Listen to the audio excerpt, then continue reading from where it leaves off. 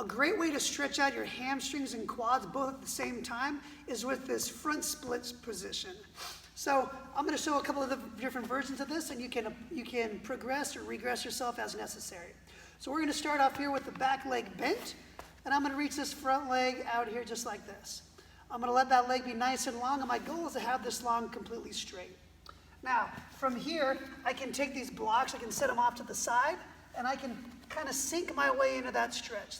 Further I come forward, the more stretch I'm getting here. Or I can also sit up super tall and get even more of a stretch in there as well. Two areas that you want to look out for is the positioning of your pelvis and of that front leg. I'll show you from the side first, then we'll look from another angle. Right now, my pelvis right here wants to turn away from the leg to get out of the stretch. So I'm going to take this left hip, I'm going to rotate that left hip so it's pointing straight ahead. And then as I do that, usually your front leg is going to want to dump out like that. So I want to get that hip to face forward. And this leg bone is going to have to internally rotate. It means it's going to turn in from this upper part of the leg so that that foot is pointing straight ahead. I'm going to hang out here.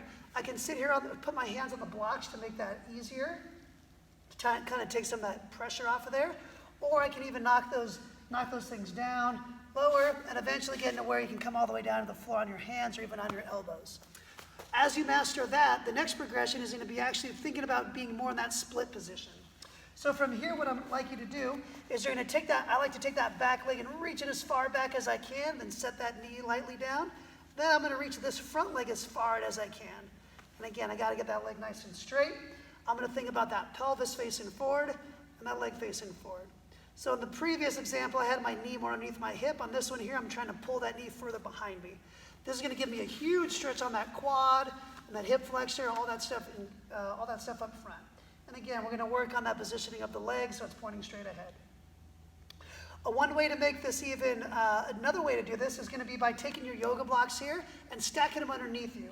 So you can take these guys here, stack them up, and you're going to prop yourself up with those blocks.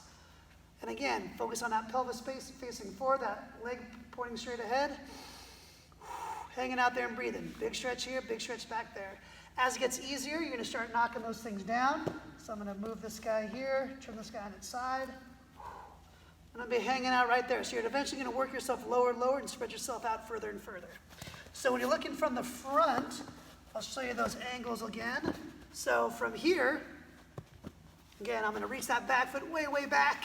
Front foot is out here. I'm going to reach that leg out. Right now, my pelvis is pointing this way, my left hip. I'm going to take that left hip, I'm going to rotate it, so now it's pointing straight ahead.